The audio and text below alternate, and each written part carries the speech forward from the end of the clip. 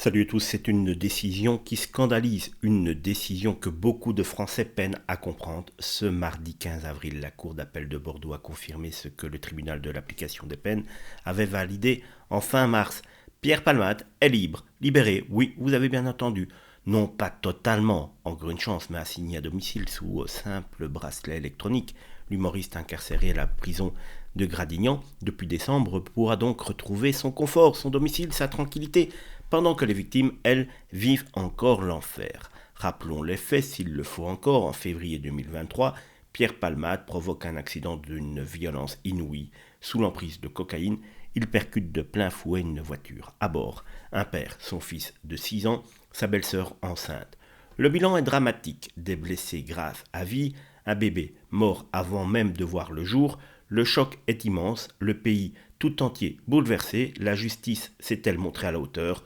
Beaucoup en doutent, Pierre Palmade n'a fait que 5 mois de prison véritable. Car au lieu de purger l'intégralité de sa peine de 2 ans ferme derrière les barreaux, qui était déjà une peine complètement ridicule, l'acteur va finir sa condamnation dans un cadre bien plus doux, avec des horaires de sortie néanmoins aménagés.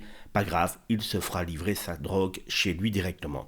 Et le parquet, qui avait fait appel pour durcir cette mesure, a été débouté. Allez, circuler, il n'y a rien à voir. Une claque pour les victimes, une claque pour l'opinion publique, une claque pour la crédibilité de notre justice. Aucune compassion apparente, aucune considération visible pour cette famille brisée. Où sont les voix officielles? Où sont les mots de soutien? Où est la sévérité tant attendue? Pendant ce temps, Palmade, reconnu coupable de blessures involontaires sous stupéfiants, peut respirer un peu plus librement. Cette affaire pose une question essentielle. Dans notre pays, faut-il être connu pour être mieux traité? Cette affaire, une fois de plus, met en lumière une justice à deux vitesses qui laisse un goût amer de privilèges pour les uns et d'abandon pour tous les autres.